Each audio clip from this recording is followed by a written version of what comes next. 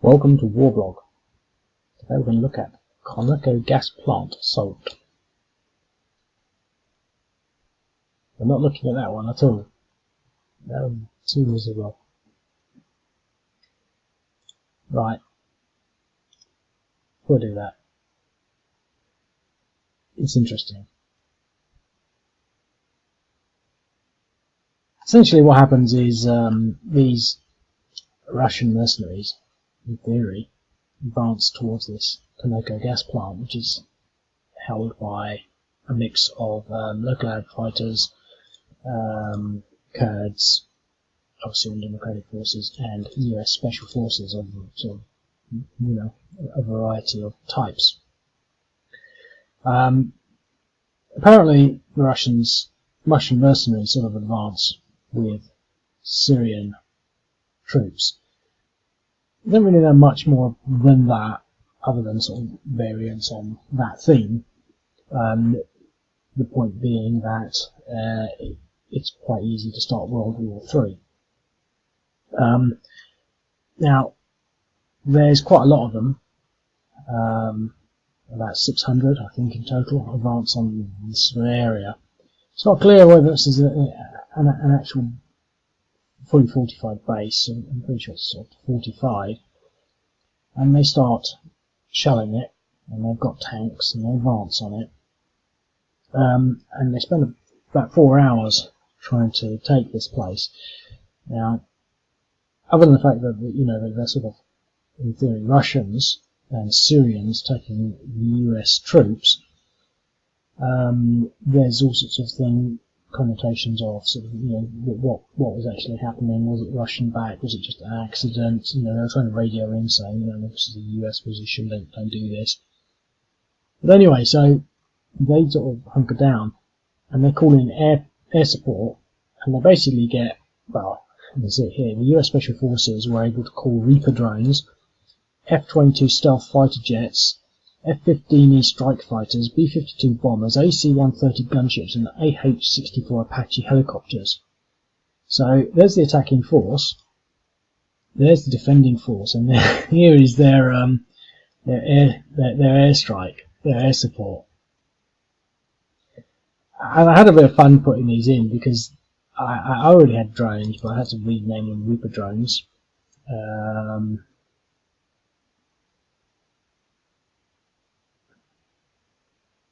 Yeah, I wonder whether I put drone on. I think I probably tried to write in Reaper, but I just put drones anyway. I think I had to create the F-20 Raptor, but I had everything else, including the B-52s and the ASAF AC-130 bombers. I already had them, but they're already at 7. So these are pretty big things. So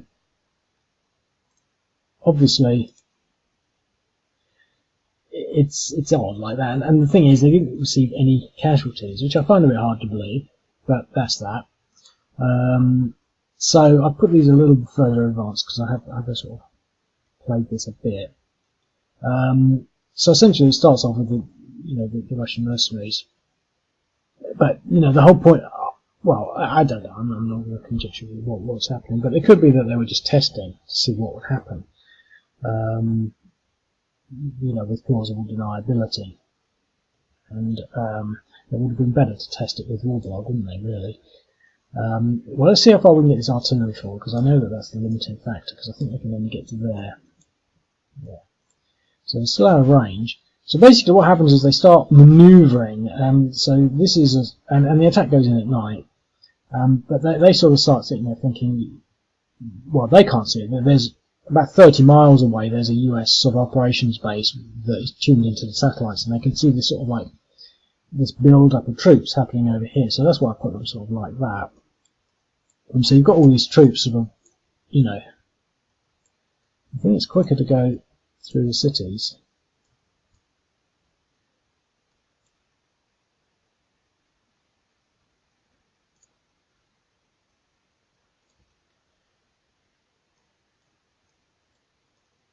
So these are actually mercenaries, but I've given them special forces status, not because of anything special about them, but I would imagine that mercenaries are more akin to special forces than regular troops, because regular troops just don't care.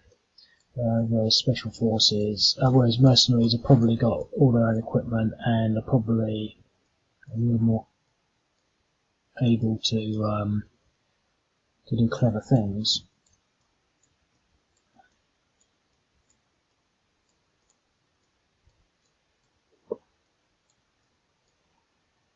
So that's as far as these can get. There's not much point in pushing these any further forward, considering they'll be able to get as far forward as they want later, but let's do that. And here, with these special force mercenary units,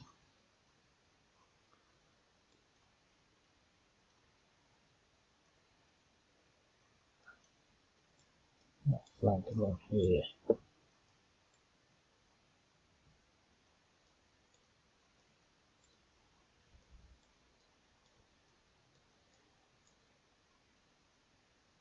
Okay. So, it's the US commander's turn. So they're sort of embedded there, and they're getting worried, so they're saying, hey, listen, you know, we're American troops here, and you shouldn't be coming this close to us. And there's no response, they're not really doing much, haven't started attacking yet. So it's the, we're not going to do anything, we haven't got much to do. So, how far can we get this artillery? Pretty much it. 1, 2, 3, 4. So they're going to start shelling this position. Ouch, ouch, says the US coalition forces. Yep, so they've been hit, but no one died. Or no one was even hurt, apparently. So special, were they? I found it a bit hard to believe, but that's that. So they've now sort of started their fire on this position. So I think we get some air power next.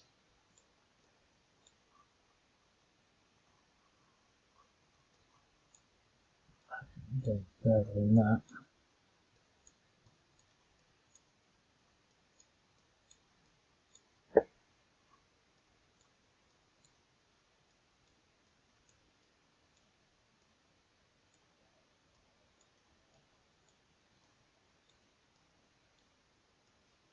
We'll set them there so we can get these hexes in the next surround.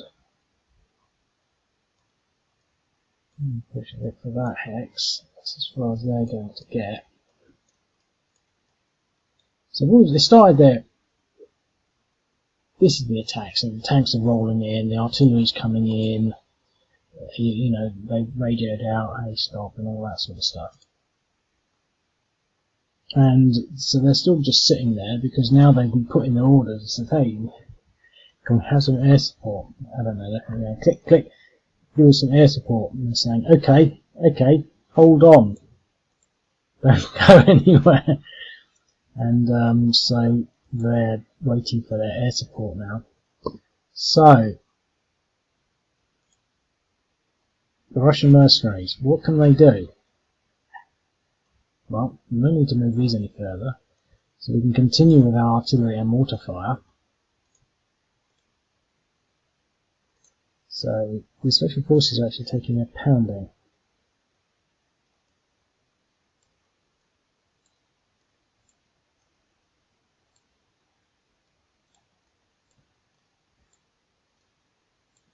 Now, I didn't test this out, but it just it just so happens. Oh, I've got a bad feeling about this. Right. Well, obviously we're going to attack,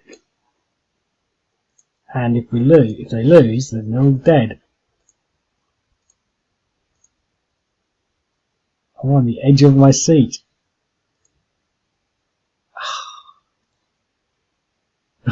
Well, that's that. I mean, that went into cause an international situation. I will start again. So, we could have started Third World War there. And again, I think we're going to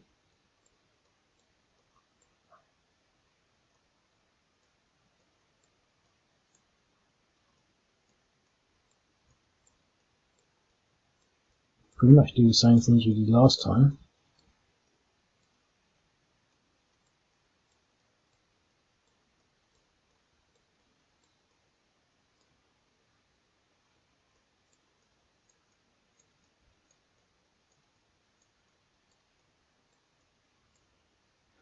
Right, I've got an idea.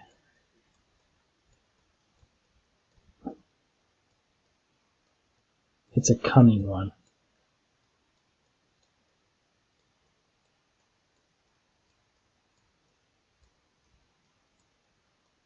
Because in theory I just didn't think they could get that close. But now I sort of know that they can. Think. Well, this turns okay, so we're not going to do anything. Right, so they're going to now do what we did last time, because that sounded like a good plan.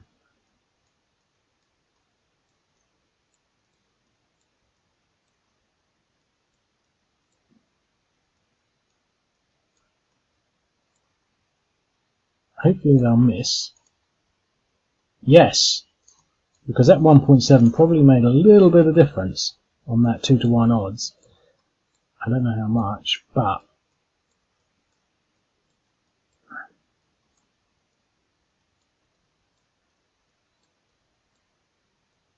so it's like a game of chess. We've done exactly the same move.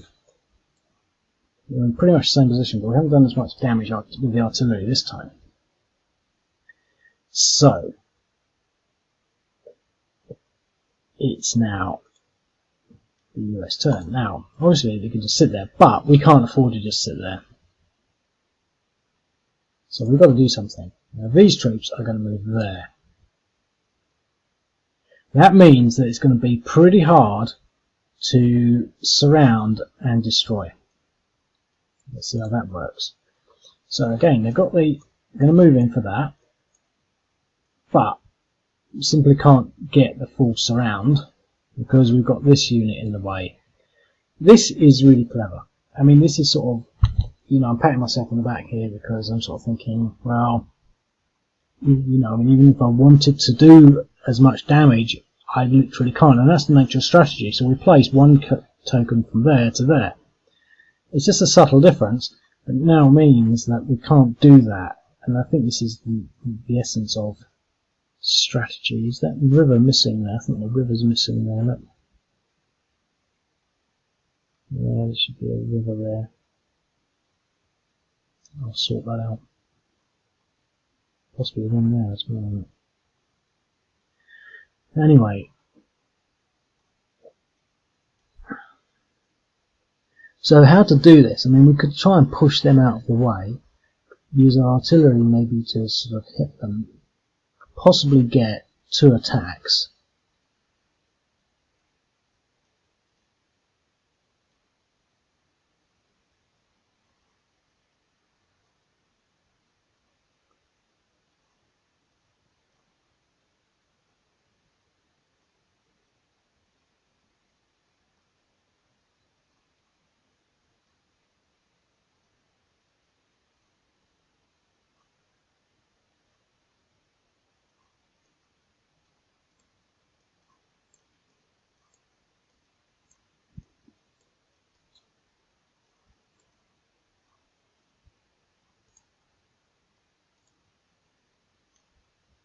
And I'll put them all in one hex because I want the road movement.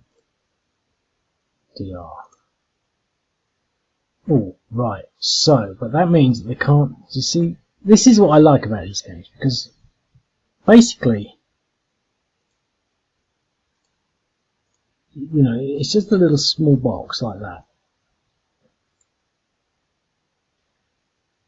And in this situation, what we had was this move from there to there. The significance of that being that we cannot move to here. See, now we can't get there because we can't go through a zone of control. So we could go there and there, and they're in there. But we don't get that hex.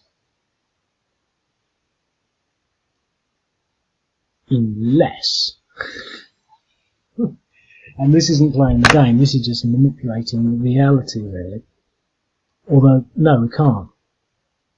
And I'll explain why. What I was thinking of doing was moving him to there.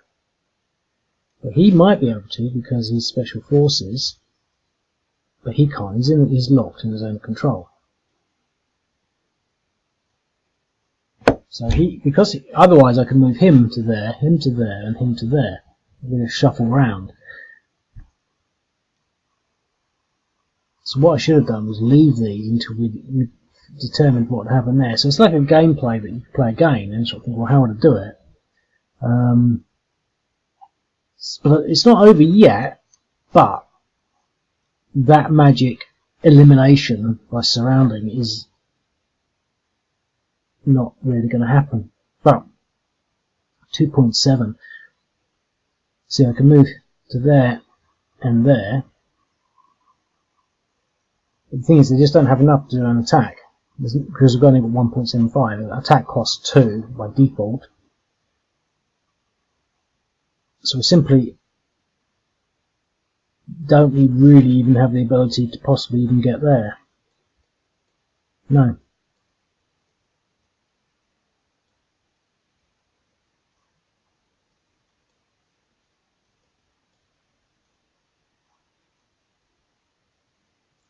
Well,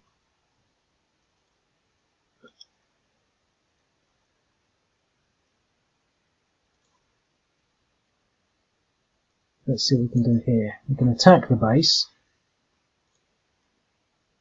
So with a bit of forethought, we managed to basically defend the base. So that was a 2-to-1 and an exchange. Now we could have got that exchange, that 12 on an exchange, the last time, and it would have been very different. So that's that. It's now his turn, and as you can see, they get some drones and things. So what are we going to go for first? Well, I think the most dangerous of these special forces, or maybe the artillery is the most dangerous.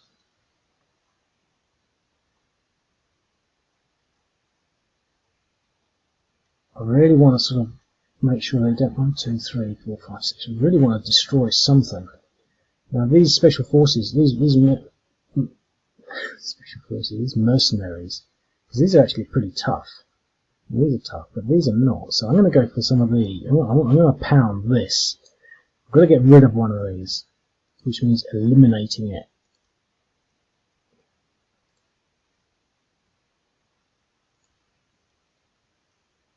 That's the drones.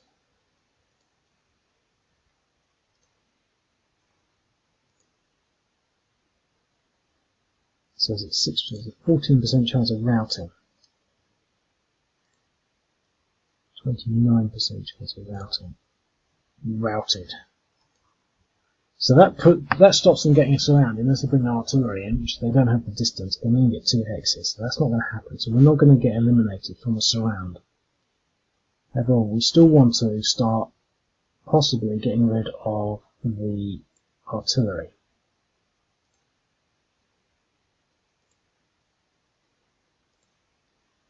And possibly we'll consider moving this unit, at least to give us that symmetry there. Right. So the battle's still raging. Artillery, I guess.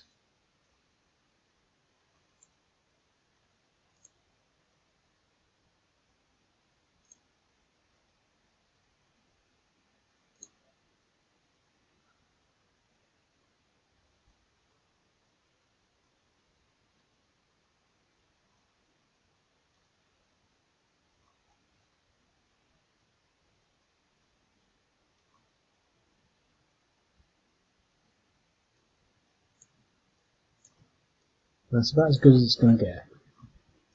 I mean, we could faff around with an extra front, but and we push them back 3-1. So they've lost their airbase. They've lost their production facilities. Look at that, just piling in there. So, and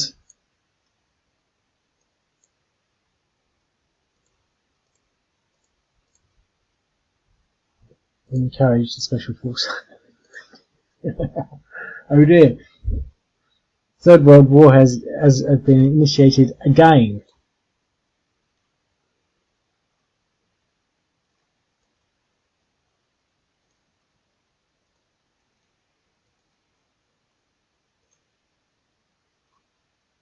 Deir. Okay. Oh, look at all this air power. Well, this is what you get for putting yourself all in one hex, because now we just go no damage, no damage. These Reaper drones are not very good. That's better.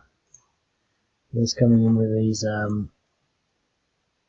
F-22s.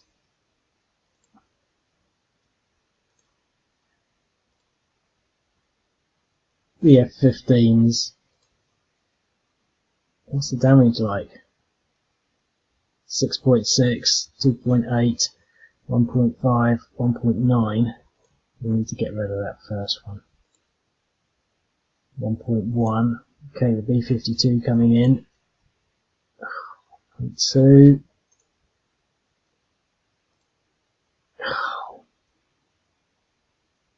9.5, 7.1, 1.5, 1.9, 2.7. That special forces should be, because they're in a fort, they'll get a better. Oh, so we routed 2 of them.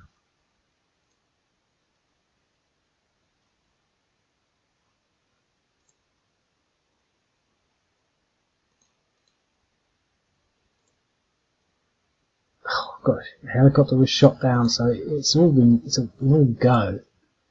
No effect, no effect. Wow. Their armour and their troops have been whittled down, but they've taken the gas plant, I think. What do we want to do with these troops? I think we're going to hold our ground.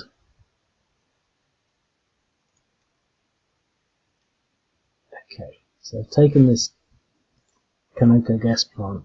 What do they want to do? I think we're going to hold. We're going to use this artillery to take out, to at least hit those things. Okay, what's this guy going to do? He's got no depressions, so he can engage and exchange. Okay. Well, that's all there was to it, really. I think we're going to apply these things over here.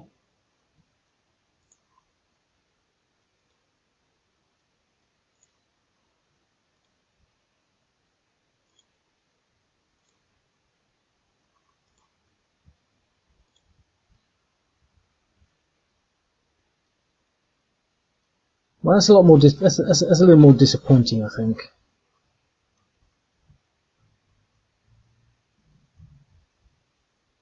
All things considered, we're going to run away.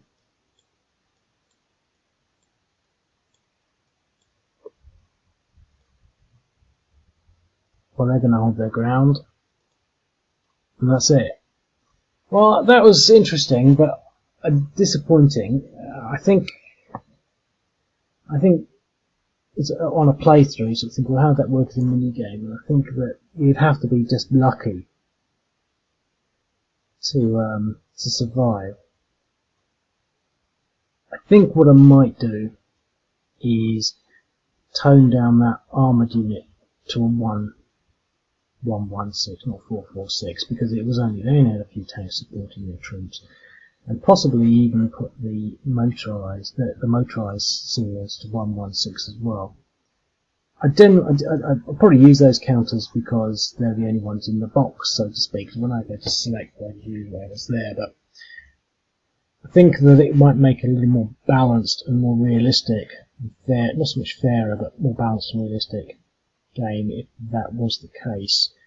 I think you'd need to, and that would also mean that the first strategy of just surrounding it would be a little harder to achieve.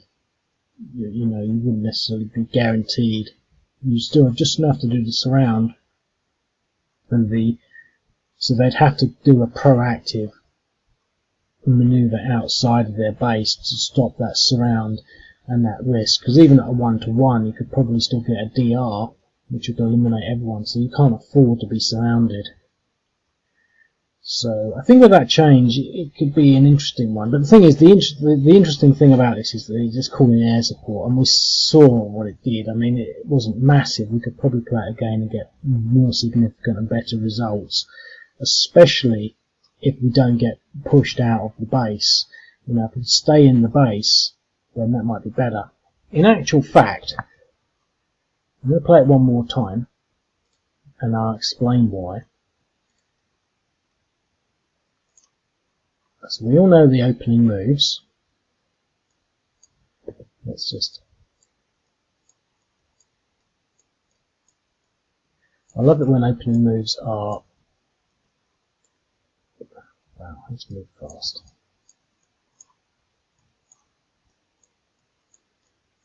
I love it when opening moves are sort of standard.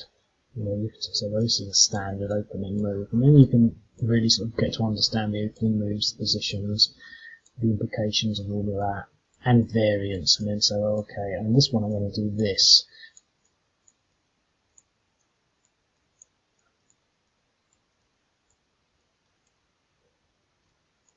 And I like the way these can get quite away. Obviously, there's a lot of clicking to do, which on big games is a lot of hassle. But I think it's all part and parcel of the part of the course, really, because there's no implicit reason why it should be super easy. Oh. Right. Now, in this instance, we're going to stay where we are, because obviously that's the game plan. They're going to do what they did before, because I think it's the best move.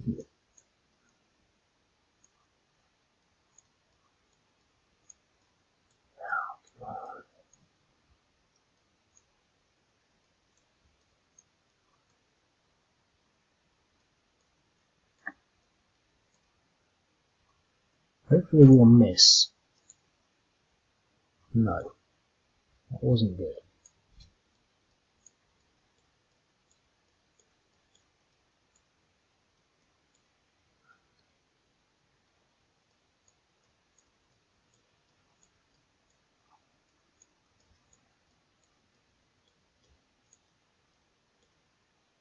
Okay, so here's the variant. It's not a very big variant.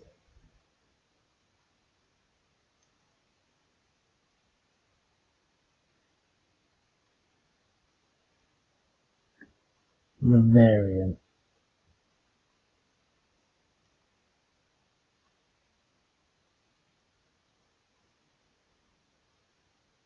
Yeah, the variant. The special forces are going to come out.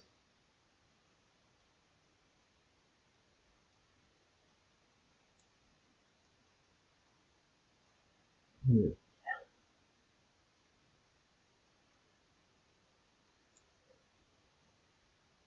I mean, attack the artillery. Yeah, I'm going to do that.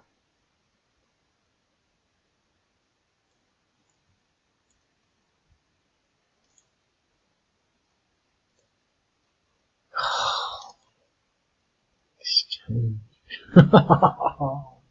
A 12. It doesn't change things. My plot was to push a smaller unit out so that in defence we've still got this 2, because last time I put the 2 out because they were tougher to take. But what we're trying to do here is to slow them down. So now the point is, I was going to put them there. I was actually going to leave them there, that was my game plan, but then I thought, well, I can put them there, and I thought, well, I'm so near to the artillery, I might as well move in there. But what we can do, you see, here, is, well, basically if we were here, or anywhere, they can't move that far, so they can't get around to outflank. So we're going to not move these, but it comes down to what we can do with this. Now, we know they can only move 1, 2, 3, 4, 5 hexes. So a battle will cost 2, so they can in theory get 1, 2, 3, 4, 1, 2, 3 into there, but to get past this unit, that's what they've got to do. Basically got to destroy it. Basically can't get there. I mean, you know, for example, the straight road without engaging in battle would be there. And they just couldn't get to this hex. This hex is off limits. There's no way to get to it unless they went like that. But they couldn't even do that. So that would be, I mean, that's 1, 2, 3, 4, 5, 6 hexes, but I don't think, I think desert costs 1.2. Now, if we can move 5 down the track is easier going than the desert. 1, 2, 3, 4, 5. We're going to move less. As we've got 4 movement across rough terrain, for example. 1, 2, 3, 4, get to there. 1, 2, 3, 4, get to there. But neither, we can't get to these hexes. So we'd have to go through this unit. So we'd have to eliminate it. Now we've got artillery, but that's not going to eliminate it because they're at 2.2.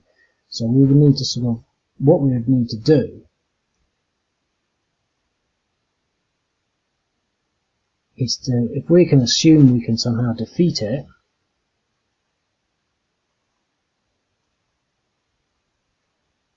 we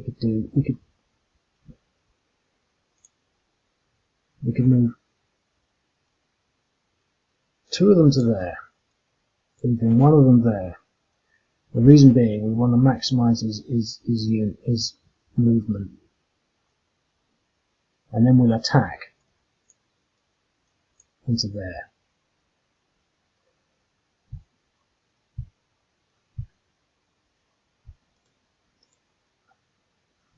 If he doesn't, he'll be then to be able to go 1, 2, 3, 4. I don't think they can do it.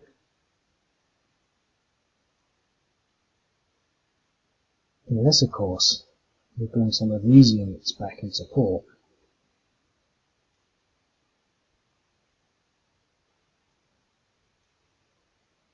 But we then wouldn't be able to. What we could do is this.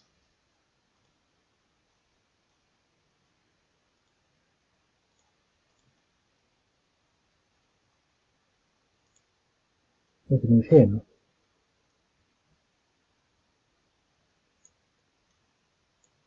and then move to there, so that we can attack into there. Move him into there, into there, and then if this unit is suitably dislodged, this unit might be able to go 1, 2, 3, 4, but it couldn't get this around. If we get there, there. See, this tank wouldn't be able to get there, there, and then there. We might be able to still push them out. So what I'm going to do, I'm going to attack with the artillery first.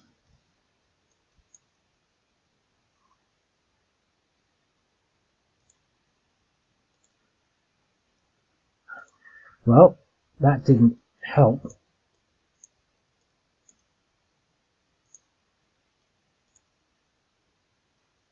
DE, but that just pushed them away. So that didn't really help. And they've got no movement left, basically. And they could possibly move back into there, but they can't. So that's the entire... They've mauled the Special Forces. So much so that they're only worth half a point. You could use one of these units to attack. And have eliminated them. Meaning that this unit, which should have 4 movement, could go 1, 2, 3, 4, possibly.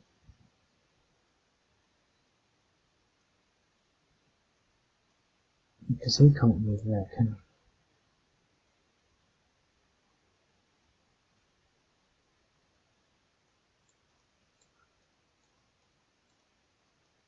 he? No. Stuffed. So, the spoiling actions of the Special Forces unit have essentially achieved what we wanted them to achieve. We can't get that surround.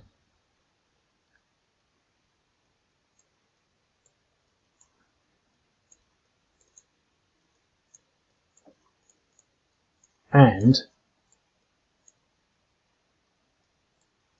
we've got a nice tough unit in there defending. So let's see what they can do now. And we haven't taken artillery fire on them. So as an exchange. So we end that turn, and all of a sudden there's this air power, and that's going to have a much bigger effect. Now I think the thing to do would be to take out this stack here, if possible.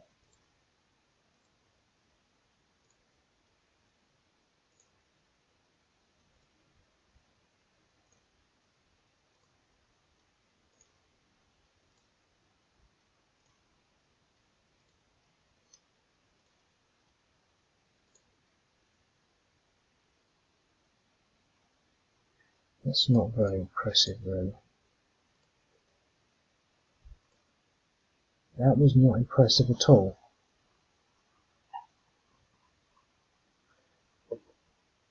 Right, we're stuck. We're going to have to do the same thing again.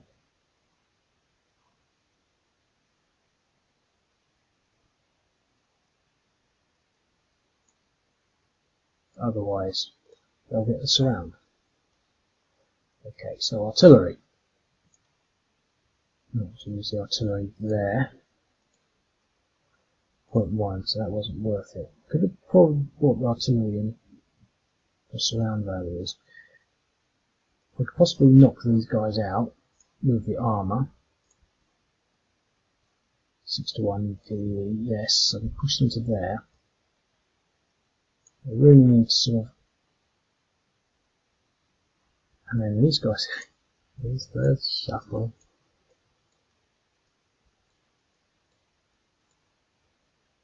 However, getting a DE on this isn't as fantastic. Deir, so we've eliminated them and taken this out. And we can continue the attack on these units. We've eliminated. So basically there are no friendly units on the table, but considering we know how it works, we can move some of these units out, if possible, so that we lose them. Okay. Because now we've got this. Well, what do we want to attack? Well, let's see if we can take this out. Okay, well, that's useful. I'm going to take this armor out next. We'll go for these special forces. Let's go for these special forces. Mercenary units.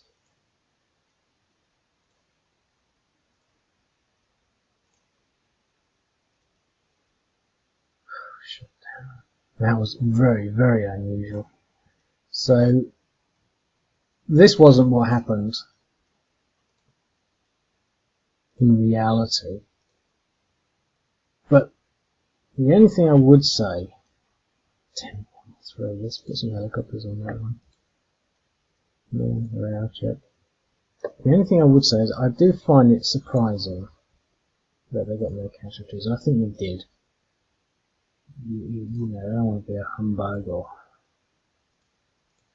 but you know, if you're under that much firepower, it's just chaos. It's not a case of, oh well, we've got superior strategy and tactics, so to speak.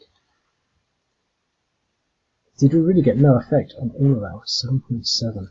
So it's interesting that they've got all this superior firepower on hand. It's interesting that in the scenario and the situation, it's not really completely devastating them.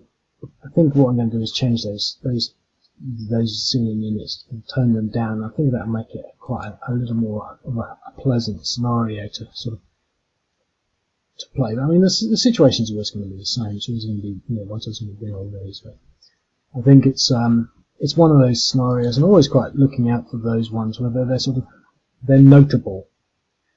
When I first started this site,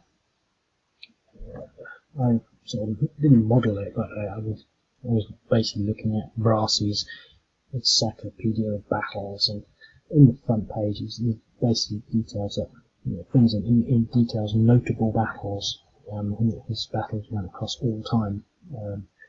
So he would say that even if there was no conflict, no contact, if it had a significant outcome historically, then he'd include it. I went a step further and put in any battle, you know, regardless, because I like that. But I think that this is, you know, it's one of those things that is notable as opposed to not being particularly notable, as I will have to put in, because of what happened and the fact that, you know, I don't recall it being announced, and I think that, to be quite honest, I think I always want to put cold water on this World War III idea, just because I just don't ever think it's ever going to happen. I think they always want to sort of hue and cry, so to speak. I think they always want to ring the alarm bells. Oh no, well, you know, the situation in Ukraine is going to cause World War III.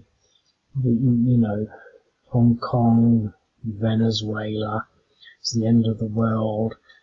And I don't think it will. I think, you know, I don't know. I just think that we're not going to see anything like that. You know, to be quite honest, I don't think you could probably have the Gulf War again. You know, Saddam Hussein went into Kuwait. I don't think you could even do Kuwait again. I don't think if it was now, you could transfer the time. I don't think he would have made that decision because of the way modern communications and society works. I just don't think it would have been something he could have done. You know, but that's slightly different because, as far as I'm concerned, and from what I can look at, it wasn't really an invasion. I mean, it was more like a very clear occupation, in the sense that you didn't have to fight through anything. I mean, you sent through divisions. There was no way the Kuwaitis could have beaten them. And so all we did was drive some tanks in there. It wasn't as though it was sort of a major declaration of war. The escalation was really on the Western nations' part in actually, you know, saying you've got to get out of there, and Saddam saying, oh, I'm not going to, and then holding down to the last moment. I mean, you know, you've got to sort of think, well, why didn't Saddam just pull out? You know, he pulled in, you go in, do what you've got to do, and then just say, oops, sorry, and then pull out. You know, I mean, that sort of seems par for the course in all things, really. You just do what you've got to do, and then just say, oops, sorry. It bothers me that, but you know, it seems to be what he could have done. But the thing is, I don't think he would have done that. I don't think he would have invaded Kuwait, and I don't think that. But I think perhaps Western nations wouldn't have committed themselves to an invasion into Iraq in the way that they did nowadays, because it would have been sort of, oh well, you know, I think there would have been too many Twitter protests against it, and I'm not sure what I'm saying really. I just don't think that we're going to see a third world war, and even the things that we did see that were significant, I think if anything there would have been a proxy war, possibly, you know, where the Kuwaitis are rising up to fight the evil Iraqi occupation, and you know, thousands of protests are happening across Kuwait as just like Hong Kong, you know, and it would have been just daily, you know, montage of Kuwaiti protesters and women protesting against the Iraqi occupation and of Kuwait, and more women protesting and children protesting and animals and cats protesting and everything nice protesting, chocolate cakes protesting, and basically it would have gone on like that until the pressure would have resulted in some kind of diplomatic situation, a resolution. And I sort of say that because we're in a situation now where we're conditioned by the scale and enormity of what that sort of justified action did to the whole of the Middle East. And I don't think, you know, because they sort of say, oh, it's a precision operation, take a week, get in, get out, but, you know, the thing is, the first one did actually to some extent, but they caused huge environmental damage and, you know, it's serious unbalance of, you know, everything. So, especially the second one, I mean, maybe you could have got away, I can't even remember what they're called now, but it was the first one and the second one wasn't there, so there's Desert Storm and the Gulf War or whatever you call them. The first one, to be quite honest, you could have got away with because you left behind a stable country. It was the second war really that destroyed it, but I just don't, what I'm saying is this situation here, I think you'd have to go a lot further than you would have historically to create a major conflict again. But who knows? I mean, to be quite honest, I would not be surprised if the Americans didn't do something very, very proactive against Iran.